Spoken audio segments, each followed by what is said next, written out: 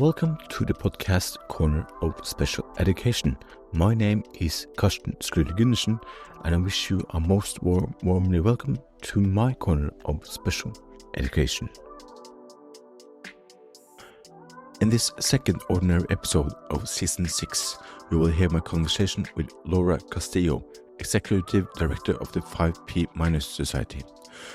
5P- is also known as Cri du Chat, and it was truly interesting to learn more about this diagnosis. I reached out to the organization to learn more about Cri du Chat, and through my conversation with Laura, I truly felt that I gained more knowledge. Laura provides both a historic and scientific understanding of what Cri du Chat is, how it affects the individual and its family, how to communicate and understand the diagnosis, as well as how to facilitate learning, among other things. With that, here's my conversation with Laura Castillo.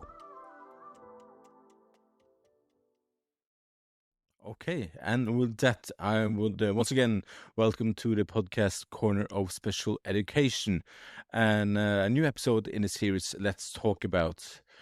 Today's episode is a part of Season 6, which is scheduled for the spring of 2026.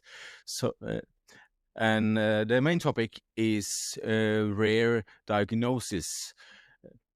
And the topic of this episode and today's guest should just correct me if I'm pronouncing the name incorrect or incorrect, is Cri du Chat. So with that, I would like to say welcome to today's guest, and why don't you give a short introduction about yourself?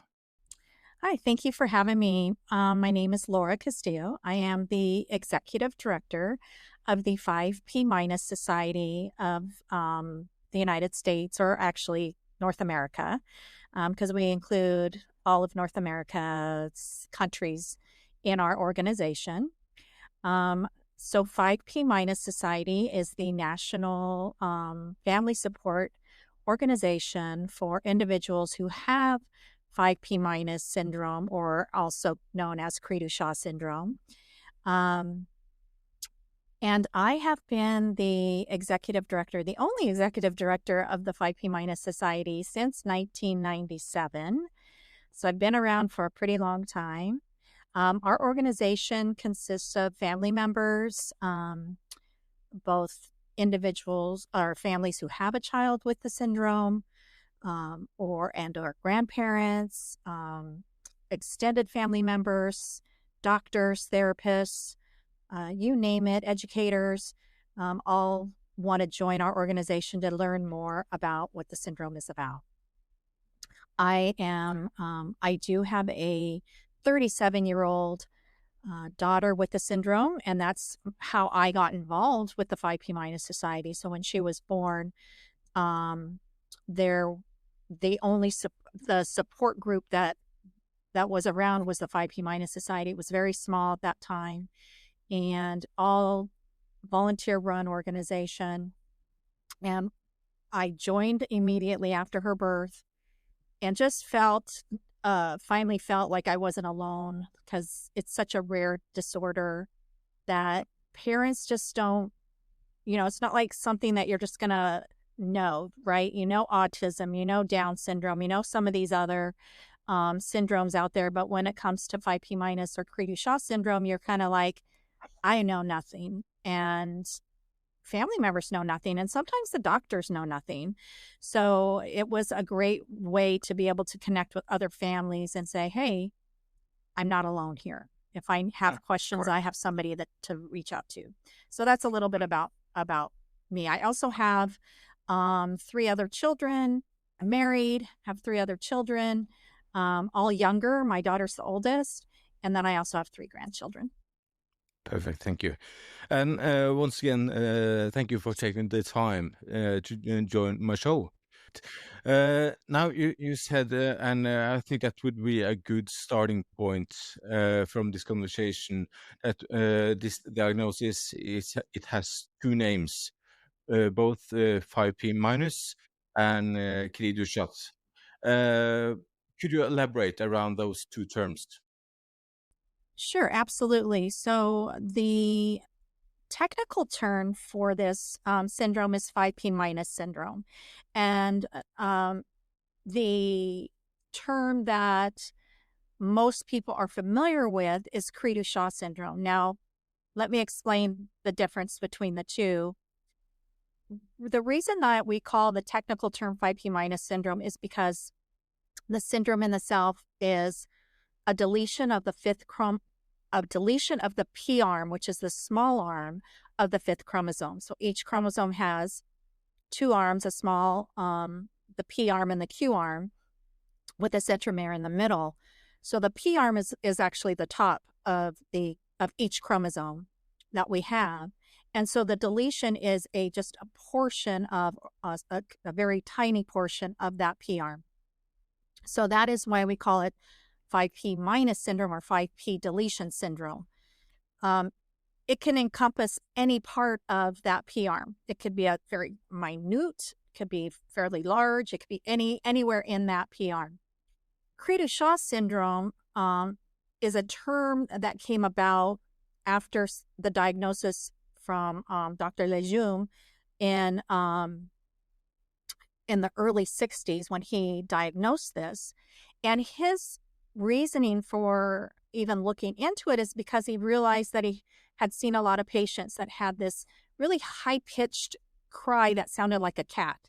So that Cri du Chat means cry of the cat in French, right? Correct.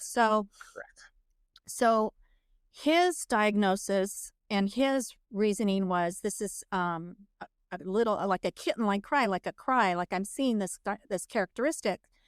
So he kind of termed it Cri du Chat, and then that kind of like came about when anybody saw, oh, there's a deletion of part of the fifth arm of the P arm of the fifth chromosome. It's Cri du Chat syndrome. That's not always the case because not all children with the deletion syndrome or the 5P minus deletion have this cat cry, depending on where that deletion is. For the most part, yes, most of them do. My daughter had the cat cry. As a matter of fact, the minute she was born, she sounded like a little kitten. And that was the first thing I said was, oh my gosh, she sounds like a little kitten. And I had no idea that sounding like a little kitten could mean something, right? So that's kind of the difference. There is an actual band on the fifth chromosome that if that band is missing, then more likely your child does have that cat-like cry. If it's a smaller, minute deletion, that band may not be missing, and therefore they don't have that cry, but they still have what they call 5P minus syndrome. Absolutely correct. Thank you.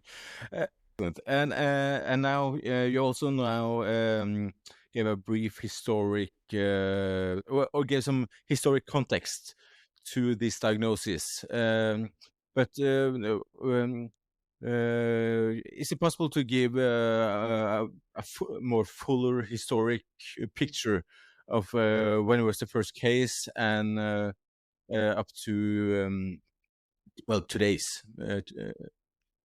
where we are today? Sure, absolutely. So again, the syndrome itself was diagnosed in 1963 by Dr. Jerome Lejeune, who also diagnosed Down syndrome, as a matter of fact. But he worked in in a facility that had a lot of individuals with at the time in the 60s, it was a very probably a little bit more encouraged to, if you had a child that was a little bit disabled, to put them in some sort of facility. So he worked out of a facility that saw just a number of individuals with all different types of disabilities. And, through his research, he identified quite a few individuals that had similarities. And so he wanted to go a little bit further with them. And then he's the one who actually came up with the diagnosis of Cri du Chat syndrome. So once that was, obviously it happened beforehand, right? But nobody really knew what it was. So Once that diagnosis came into play and he was able to start publishing on it, then it started becoming, something to look at. So when you have a child with that was born and it had specific characteristics, including the cat-like cry, which would be the main characteristic, or they tend to have smaller circumferences of their heads. Their eyes were like a little bit different. Their nose. If you were to take a look at individuals with the syndrome, you'll see a lot of similarities in terms of facial features. So it's sorry for the interruption, but you mentioned Down syndrome, and we could always also talk about Williams syndrome, that has characteristic facial. It's not noticeable. It is noticeable, but not as noticeable as some of the other, like Down syndrome. I think people can identify a Down syndrome child immediately, right? 5P minus syndrome, not so much. If you know it, you see it, and you say, "Oh, I can see the characteristics." But if you don't see it, there's a lot of doctors who miss it because they don't see some of these characteristics. And maybe, again, like the child doesn't have the cry, where they're missing that the eyes are, a little bit what they call epicanthal folds. They have like these folds. They're just the features might be a little bit off, but not off enough for them to say, "Oh, something's wrong," So a lot of times you don't understand that there's a disability going on or 5P minus going on, Cri du Chat, until they start, the child doesn't start reaching those milestones, because another characteristic is low muscle tone. So they have low muscle tone. They have, it's harder for them to motor, right? They might not be able to feed well. They're not latching on. They're not sucking correctly. They're having a lot of gastrointestinal issues. There's something else going on, and then that's when the parents are like, I got it. Something's wrong. We got to figure this out. Something's wrong. And then that's when they can go to the doctor and say, "Hey, I think something's wrong. This child's not developing or meeting their milestones, very delayed in terms of motor skills, or very, like not rolling over, not sitting up, not doing these things that you expect at certain times, right?" Yep. And so that might be, if they're not diagnosed at birth, which the quite a few of them are, then that might be something for a parent to say, "There's something else going on. Let me check that out." Maybe they didn't have that high pitched cry, but something else is going on. So that kind of, led me to think of something else, and I'm kind of like, "Oops, what did I forget?" So the child, the Cri du Chat syndrome has developed, right? So now it's becoming more known. Doctors are learning more about it. It's now in textbooks. When my daughter was born 37 years ago, the doctor had never seen another child with the syndrome, but he immediately, because of reading about it, he knew that this was a possibility. So for the most part, our children are diagnosed, like I said, diagnosed at birth, or within the first 14 days of birth, because the doctor notices a characteristic that he would like to understand more, maybe learn more about, or get a genetic testing. The only way it can be diagnosed is through genetic testing. So somebody can't just say, "My child has this cry, so they have this." No, it's got to be diagnosed through genetic testing, and that's something the doctor should be doing for you if you have these concerns. And one thing to keep in mind is that it's like what they call de novo. It just happens. It happens during cell division after conception. One of the first cell divisions. It just happens. In 10% of the cases, it is what we call translocation. So it happened from one of the parents.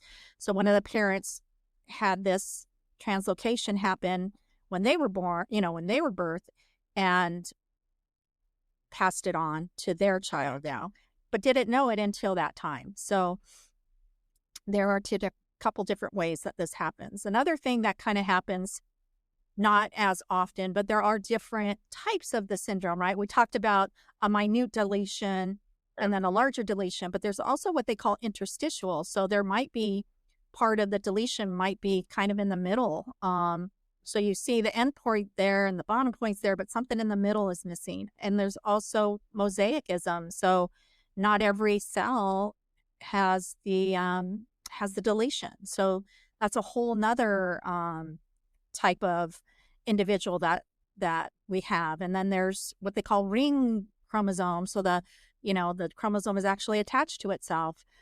So there's all these different things within that actual just basic 5p minus syndrome, deletion syndrome, Cri du Chat type of thing. Correct. Thank you. And I was just thinking about the variation between boys and girls. What do we know about that? Yeah, so we do know that more girls are born with the syndrome than boys. It's not a large discrepancy between the two, but we do track that there are more girls than boys. A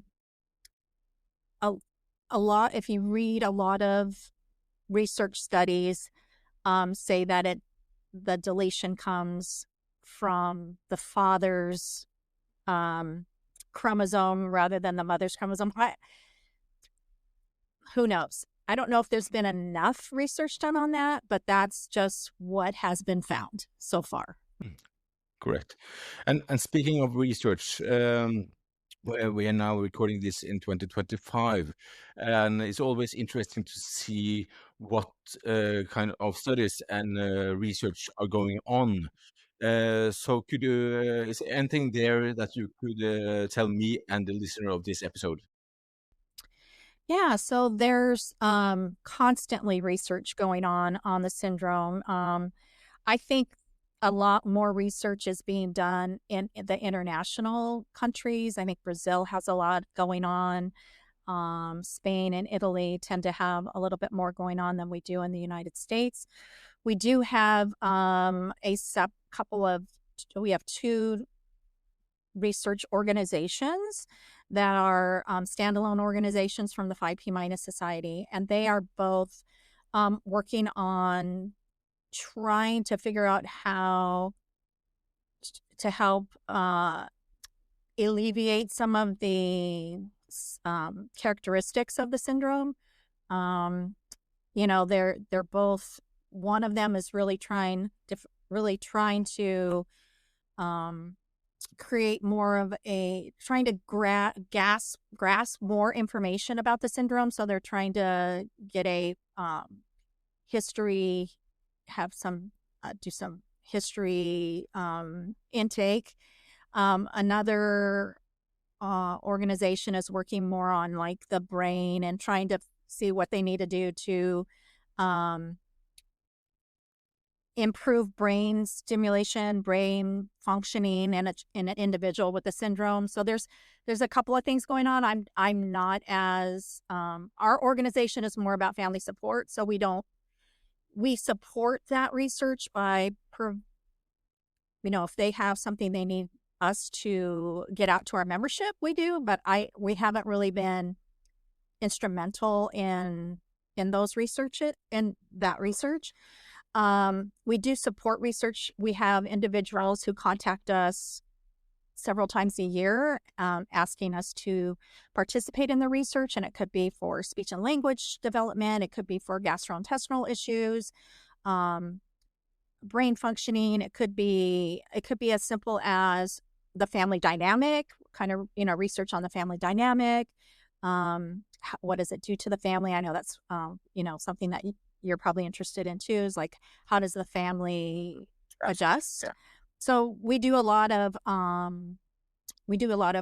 that type of thing too, where basically we receive that information of a research project or any kind of research, and we send it out to our membership and say, this is what's going on. If you guys want to participate, please do. Correct. Okay. So the reason why I invited you and we are sitting here today and having this conversation is alongside the ambition of this show to raise awareness and also provide more knowledge about the topic for each episode. And for myself, I know very little about this syndrome. So, in that regard, with your the work of your society, the knowledge in the American society. Any other thoughts regarding that matter? Yeah. So I know, even though we're, you would think that we have a lot of knowledge, we still have a lot of people that don't know about the syndrome. We have a lot of doctors that still don't know about the syndrome. And they don't, and because it's so rare, it's like 1 in 35 to 1 in 50,000 births. So it's still extremely rare. So we're getting maybe 30 individuals a year are being, 30 to 50 individuals a year are being diagnosed with this. And not all of them reach out to us. So a lot of them are still out there pretty siloed, right? Pretty not knowing much about the syndrome, feeling very alone. And the doctors don't know much. So I would say that we're doing a great job of really trying to create more awareness. We have a lot of families that are out there doing really great things and advocating for their individual child and stuff. But I still see this common thread whenever in our social media pages or whatever is, how come I have to educate the doctors about my child? Or why do I have to educate my therapist about my child? And it's like, because you do. You're the teacher, right? So the parents become the experts, the parents become the teachers. There's no blueprint out there that says you're going to have a child born with this syndrome, so expect this, and this. We have created a caregiver's guide based on knowledge from our families, but it's still not going to be foolproof, right? You're still going to have the outliers. You're still going to have children that are going to be doing, different things that you only know as a parent. You're going to know your child the best, right? So you have to advocate for them. You have to teach the others about this. So if it means you're teaching your doctor about the syndrome and your child, then that's what you're doing. It's not great, right? You would think that they'd have more knowledge about it, but they don't. They don't see enough children with the syndrome to have that much knowledge about it. And we do have some doctors around the country that have seen a number of these individuals. And so we call on them if we need to. But they're like, I'm not the perfect, I don't know much. And I'm like, yeah, but you know more than others. So we want to call on you because you do know more. And so they're pretty receptive to that. But knowledge base, I think we do the best that we can with what we have. And with the awareness and the improvements, I would say that as a general population, we've had improvements in therapies, and we've had improvements in education, and we've had improvements in different diagnosing ways to diagnose things, that more people are learning more about the syndrome. That's perfect. And it's while you were answering now, I was reflecting on the question, and it's a difficult question to answer because, like, we are talking about a rare syndrome, and as all of the others rare syndromes that are, like Williams syndrome and etc. It's not that many that are diagnosed with the syndrome. So again, the knowledge in population is not of the highest level. Yeah. And I think one thing too to as a parent to kind of remember is that, you know, you're always thinking about the future of your child, trying to think of, well, my child's not doing this, but I see all these other kids doing that and they're all the same age. What, and uh, I would just say to anybody who has a child with a disability, let them help drive the future. You know, let them take you for the ride. One of the things when my daughter was born was, my husband and we were devastated, right? We had no idea. It was our first child. I had this like perfect pregnancy. I had no clue that I was going to be delivering a child with Cri du Chat syndrome. And, we go to that doctor's appointment where they tell you your child will never do certain things. And all we looked at each other and said, well, let's just do what we can to let her reach her full potential. And, whatever that was, we had no clue. We were so clueless, like every other parent that gets this diagnosis. We had no idea what really to expect. And for us to just say, let's just do what we can and give her all the opportunities we can and hope for the best, right? And I think that's what most parents, I would say, do. But you always have in the back of your mind, what if and how and what's going to be happening in the future, and will my child be able to do this, and will my child be able to do that? And those are questions you just don't know until you get to that point. That's true. And you can only do the best you can, and that's it. You can only do the best you can with what you have, right? And there's a lot of times where parents go, I don't have the opportunity to provide my child this. And it's like, then do what you can with what you've got, So it's a tough road. Yeah, it is. It is. And speaking of the caregivers, the family, the parents, and the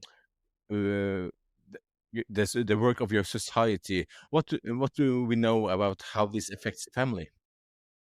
Yeah, it really does affect the family quite a bit, because when you're gonna have a child and things have changed now where there's a lot of prenatal testing, so that is one thing that has changed.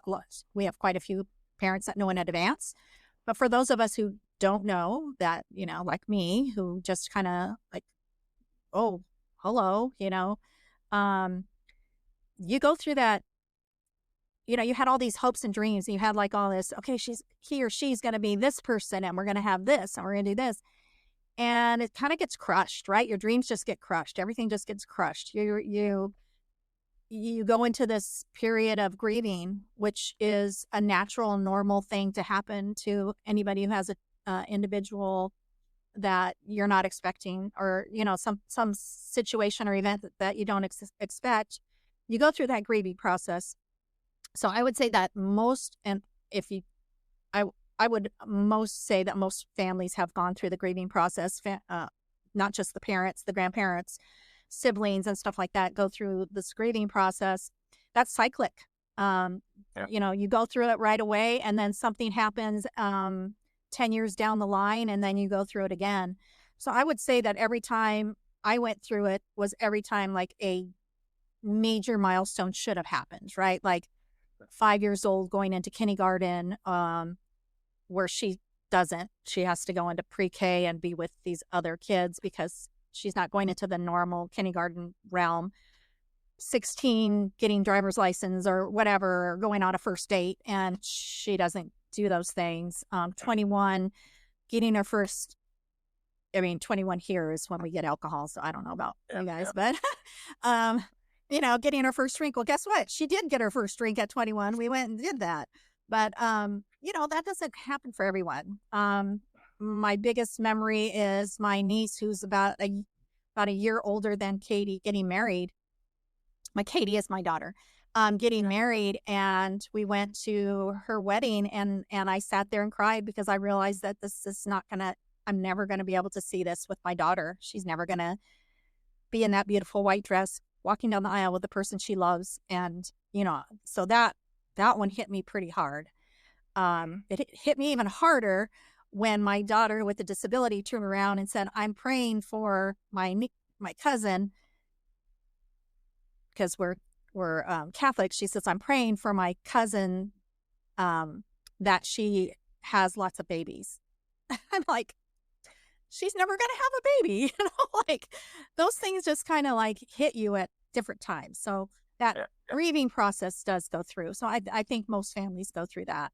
The family dynamic of having to constantly go to therapies and taking the time and making the time and doing all the things that you want to do for your child, and not having that other family support. So luckily I had fantastic family support between my parents, my in-laws, all my brothers and sisters and in-laws.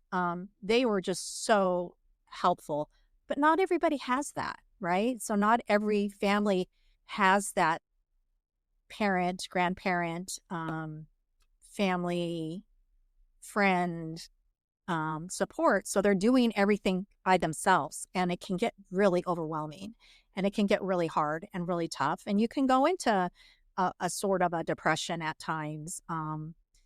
And I've done it several times where I just got to get my head straight because this isn't going away. I got to figure it out, Yeah. So yeah, the family dynamic is a tough one, especially if you don't have the support to help you get through it. I can imagine. And you mentioned actually that it's a good bridge and transition over to the next point. You mentioned kindergarten and school education, and that's always interesting when it comes to, or it's always interesting, but especially when it comes to rare diagnoses and different syndromes. So, what do these children need in kindergarten and school, and how do they best learn? Yeah, so that's a really great question. Early intervention is extremely important. So regardless of when you can get that started, and some people can get it started right away. I think we're lucky here in the States that we have good supports in our states that assist families in getting these early intervention therapies. So we're talking occupational therapies, physical therapies, speech therapy, all the different types of therapies you can think of, music therapy, fine motor skill, anything to help that child, to stimulate the child, to get the child to do these things.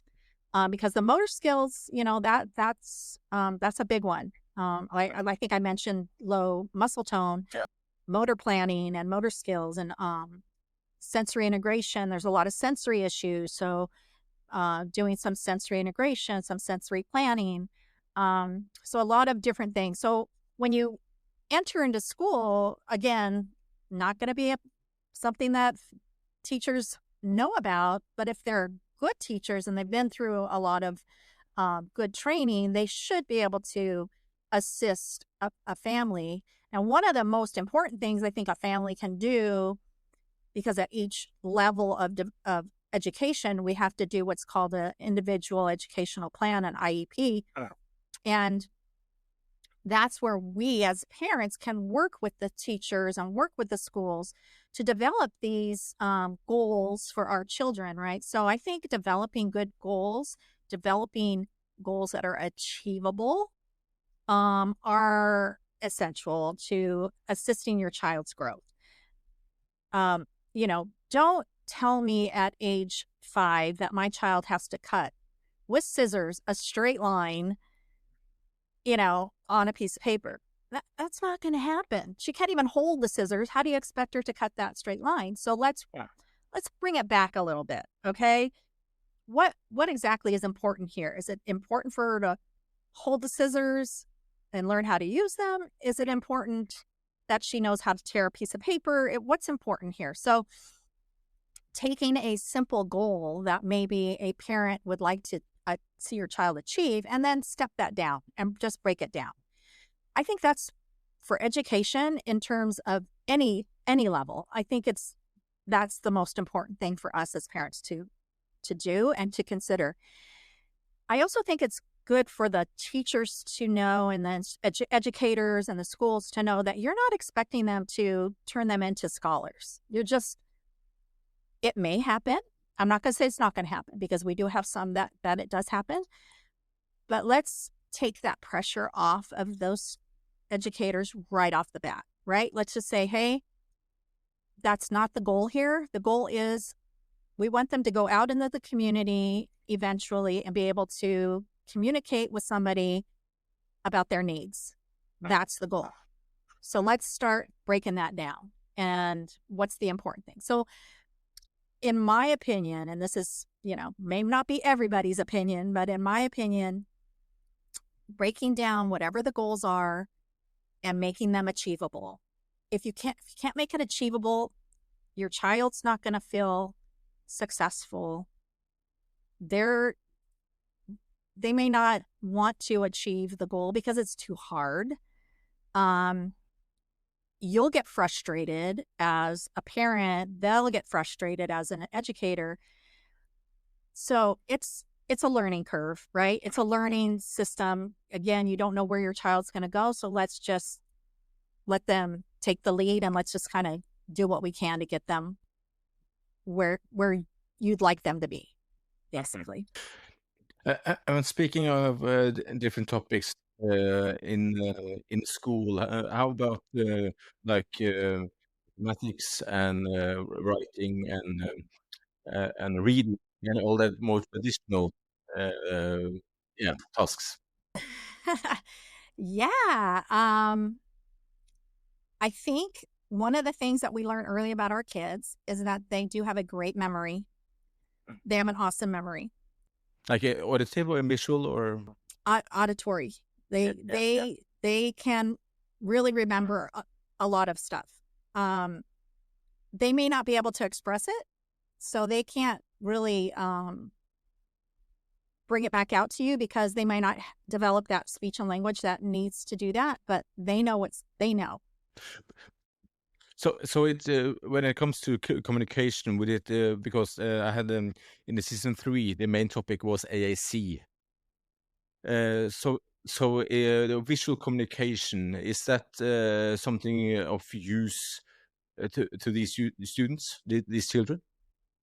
Actually, AAC devices are awesome if they can learn how to use them and they can motor how to use them.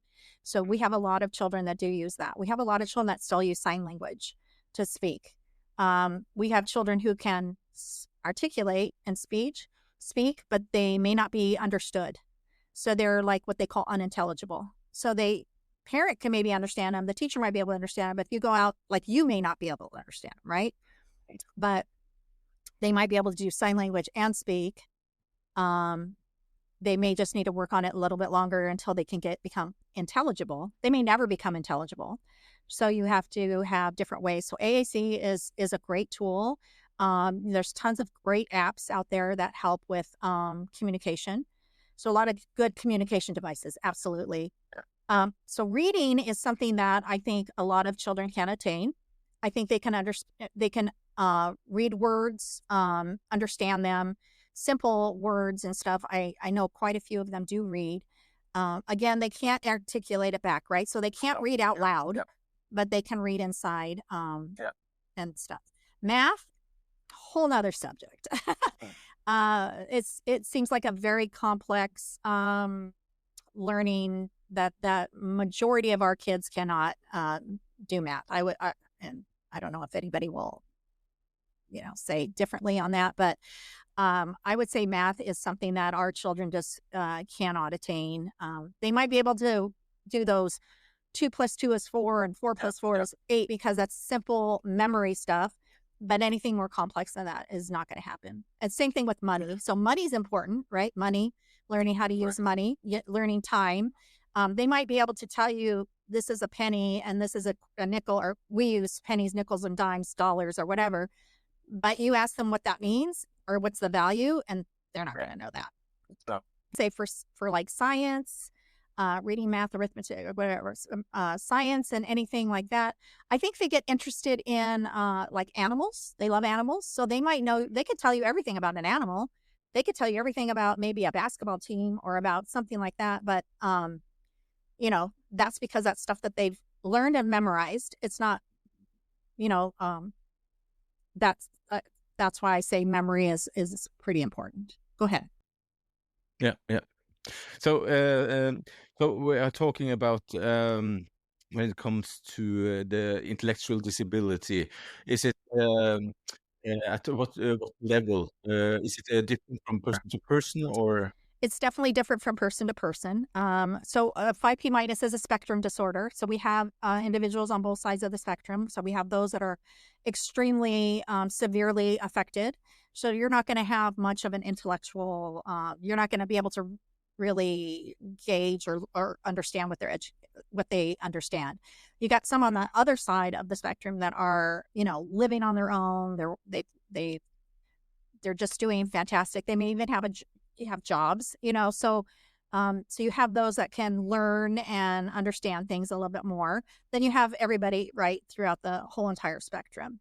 So intellectually, it's pretty much the same thing. So when my daughter was born, they basically said she wouldn't get past a 5-year-old. And I think there are some things that she is definitely a 5-year-old about. There's also things where maybe she's more of a 12-year-old. And then every once in a while she'll throw us a curveball, and I'm like, wait, what? You're 37 and you're acting like a 37-year-old. So it really, I think it varies absolutely from person to person. So again, when it comes to the focus of learning and the more education side of this process, so do you think that focus should be on what one the needs in the more everyday life?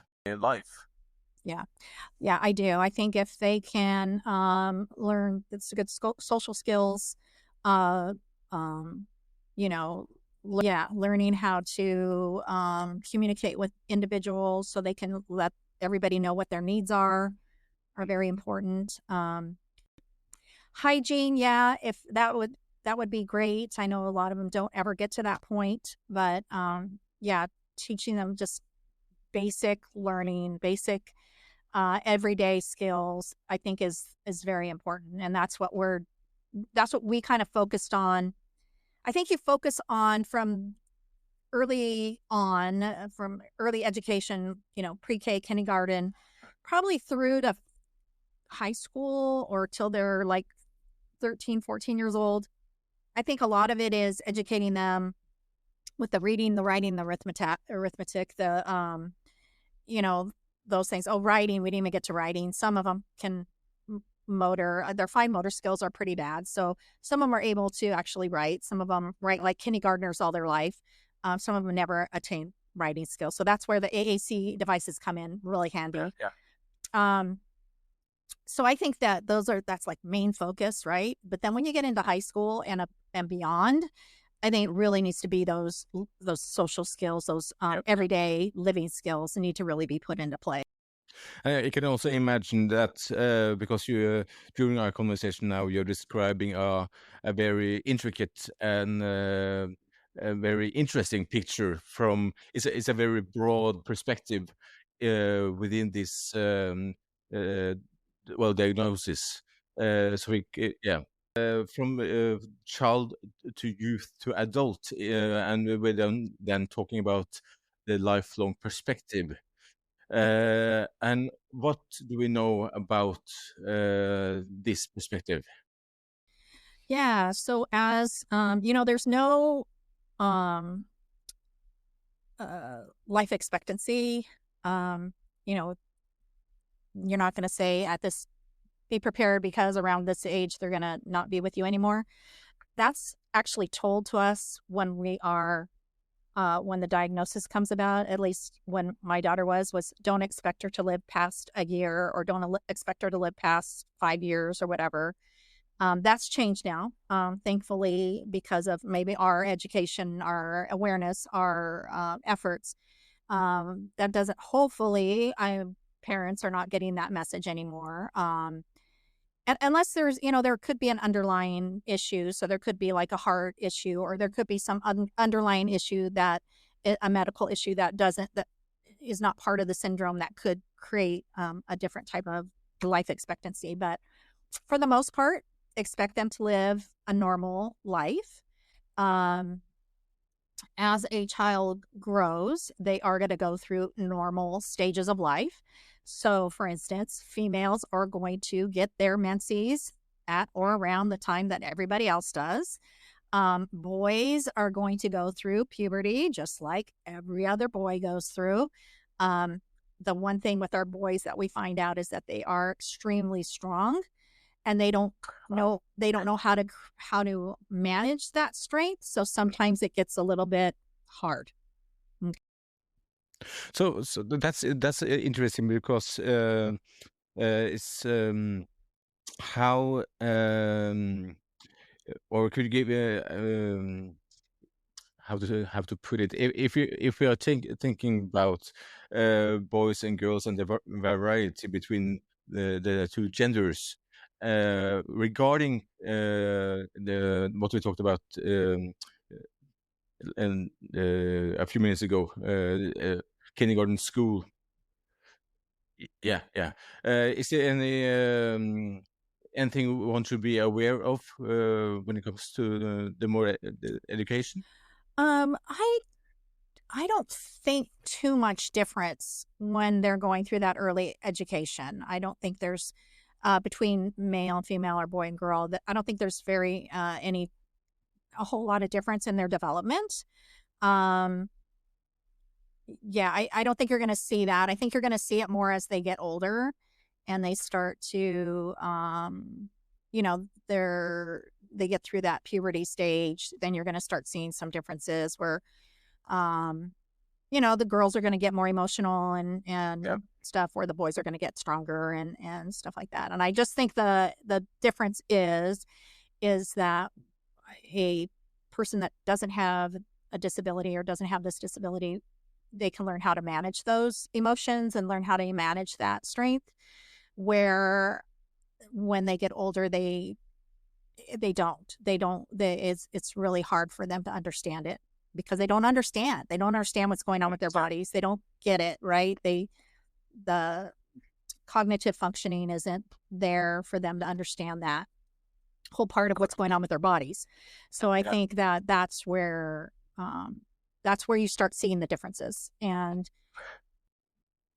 regarding the boys and the problems regarding managing the strength, you mentioned, and how can the people around them, the team around them, help them to be better in this matter? yeah, that's really tough, because I think a lot of parents don't know what to do, and there's no right or wrong answer, right? You just kind of have to try and figure it out yourself. But a lot of parents put their children on medications to assist with some issues. So we didn't even talk about that. We have a lot of autistic characteristics with our children. We have a lot of other things. So a lot of anxiety, a lot of sleepless issues. We have a lot of other things. So medications might come into play, where maybe for a female is going through puberty, you can manage that with birth control type things, right? Either birth control pills or whatever you can, if you feel like that's the way you want to go.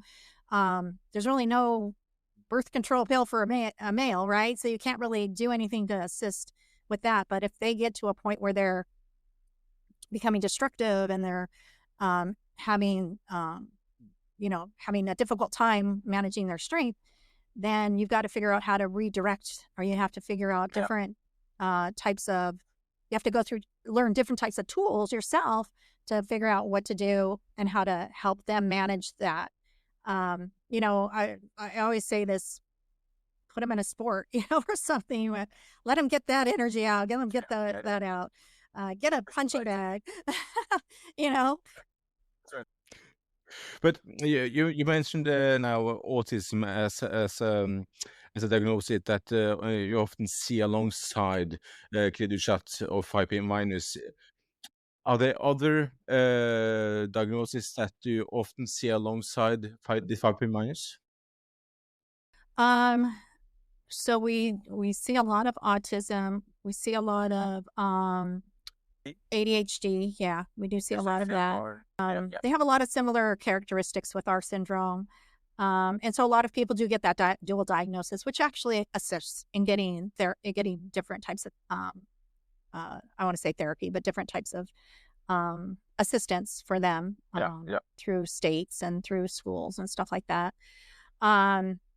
A lot of our kids have difficult time with sleeping. We have a lot of sleeping issues where they don't sleep. We have a lot of gastrointestinal issues, a lot of constipation and that type of thing. So, yeah, it's hit and miss on some of the other diagnosis or different characteristics, but for the most part, I would say that a lot of our kids are hyperactive, and so they get that diagnosis of ADHD and that type of thing. So that's good, right?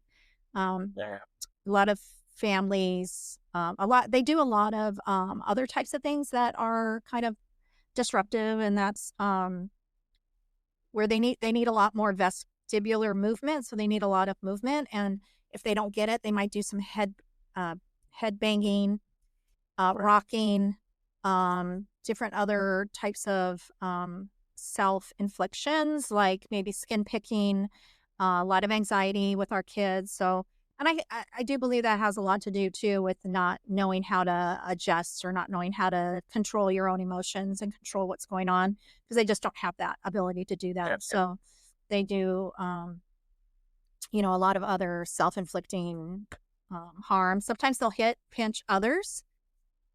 And, you know, I know for my own personal experience, my daughter used to do that, hit and pinch and get upset and really want to go after somebody. And it's like, why? What's going on? You know, it's really hard to get to the bottom of what's going on because she won't tell you.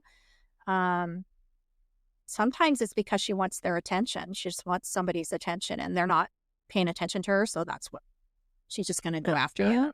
So just a lot of stuff like that. So one could say that and this of course goes for everybody, including you and me, that every behavior is communication in one way or another. Yeah. We try and explain that to parents too, right off the bat, that if your child has, even regardless of the size of the deletion, that your child will probably have behavioral issues, and that behavioral issue is basically tied to communication, the inability to communicate correctly. Yeah, correct.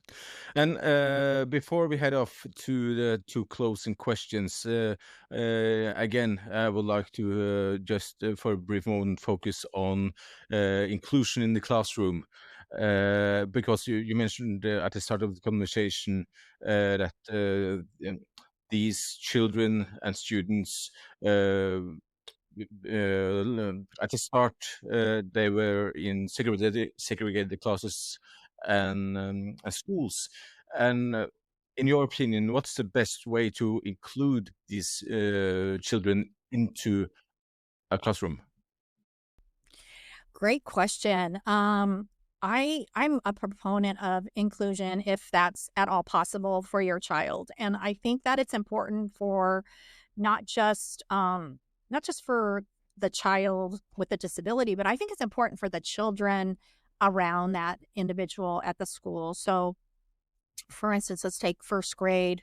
If you can include that child into that first grade classroom and then have outside support, if you can create within that classroom what we call a circle of friends, so that you've handpicked a few individuals to be a friend to your child with the syndrome. And that, again, not putting too much pressure on that friend, but just saying, hey, do you mind spending 10 minutes and getting to know this person? And when they're out on the playground, can you just make sure that, they're not getting picked on, type of thing. And um, I, I did that with my daughter. So we did it full inclusion from first grade through high school. We stopped it in high school. And I think it was a really good way for people in the community to get to know her a little bit better and get to know her quirks and her strengths and her, other not so strengths or whatever, but just kind of understanding who she is. And I think that as long as the goal there isn't to put too much pressure on the individuals around her or the teacher, then I think that it's a good thing to do, because I think they learn more from those individuals. They learn, how I should be doing. They learn more in the classroom. They learn more altogether, and I think the people around them learn more about her or learn him. Yeah. So I am a proponent of that. Again, I think it all has to be done intentionally with the correct goals. Make sure that the pressure's off of everybody, so they don't feel so intense. I also think putting them in club sports, or not club sports. I mean, they have sports for individuals with disability. I think that's important. I think like Girl Scouts, Boy Scouts, or, whatever other community-based things, you could put them in, dance classes or whatever, swimming. I think it's all important to round out our own children, but also to provide them experience in the real world, and to have the real world experience them. So, and when it comes to the social skills, do these children benefit from role playing and modeling? absolutely. Yeah. I think that that's a very important part of being in full inclusion, is for them to understand and see how others react and act. And that's it's especially important when you have a single child and you don't have brothers or sisters, or you don't have cousins, you don't have an extended family. I think it's important for them to get that role modeling. There are quite a few individuals in our society that they homeschool. So they homeschool their children for a variety of reasons. A lot of it is medical. A lot of it is because they don't, the school itself maybe doesn't accept the student or the child as we would like them to. Maybe they don't want to work on these schools. So you take them and you homeschool them. We have a lot of families that do just a fantastic homeschooling job with their individual with the syndrome, and they are able to really get them out there, get them out in community, teach them a lot. And I think it works out really well for that. Perfect, thank you. And Laura, we are closing in on 60 minutes, so time goes fast. But now for second to the last question, what is the takeaway, or what? I think what's important to remember as a listener is that our children with the syndrome are unique individuals that have their own, their own path, and that we, just as caretakers and parents, grandparents, supporters, just need to be there to assist our individual in reaching their full potential, their goals, making goals for them that are attainable and achievable so they can feel successful. And, not dwelling too much on the future, because the future is hard to grasp when you have a child, young child with the syndrome. It's always going to be there. So I'm not going to say you can't do it, but don't dwell on it. Just kind of go with your child as your child goes, and don't compare your child with others with the syndrome, because that's really difficult to do too when you have such a spectrum. And yeah, just allow yourself to grieve, allow yourself to understand that this is not, that it's going to be rough and tough, and that you do have support. You do have us, you do have the 5P Minus Society, you do have other parents who are in your shoes. They might not be completely in your shoes. I will never say that I am completely in somebody's shoes, but we've been to some of the spaces you are in now, and reach out to us, contact us, ask those questions. You're going to get a range of answers, but ask those questions. Don't be afraid, because that's why we're here. That's what we're here for, is to assist you on the journey of raising your child with the syndrome. Perfect. Thank you. And before we close out today, do you have a closing tip of the day for the listener? I was going to say, take care of yourself. We get so caught up in taking care of others, and it's a big job, but we need to learn to take care of ourselves too, even if it's going for a walk or doing some exercise or breathing or doing some yoga or something. So I think if my tip would be that, take care of yourself so you can take care of others. Very good. Very good.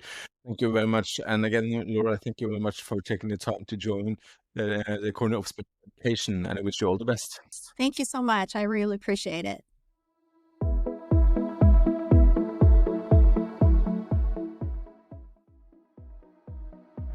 That concludes the second ordinary episode of Season 6.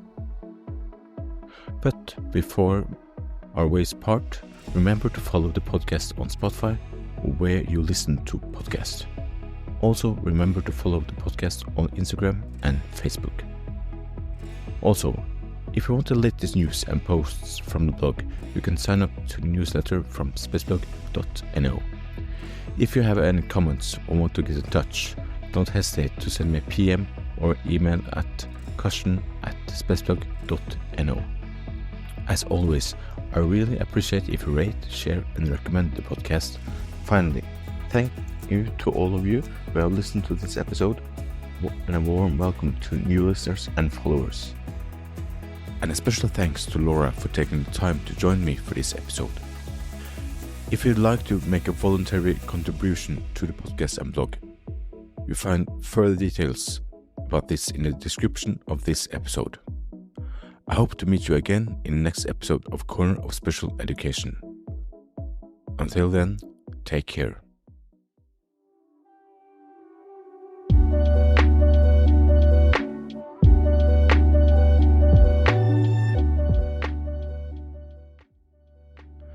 In the next episode of Corner of Special Education. We use the language childhood dementia, but really what it is dementia that presents in childhood, so under 18 years old. So I think it would be fine to say child dementia or dementia in children. Correct. Now, just to start from the bottom, what is childhood dementia?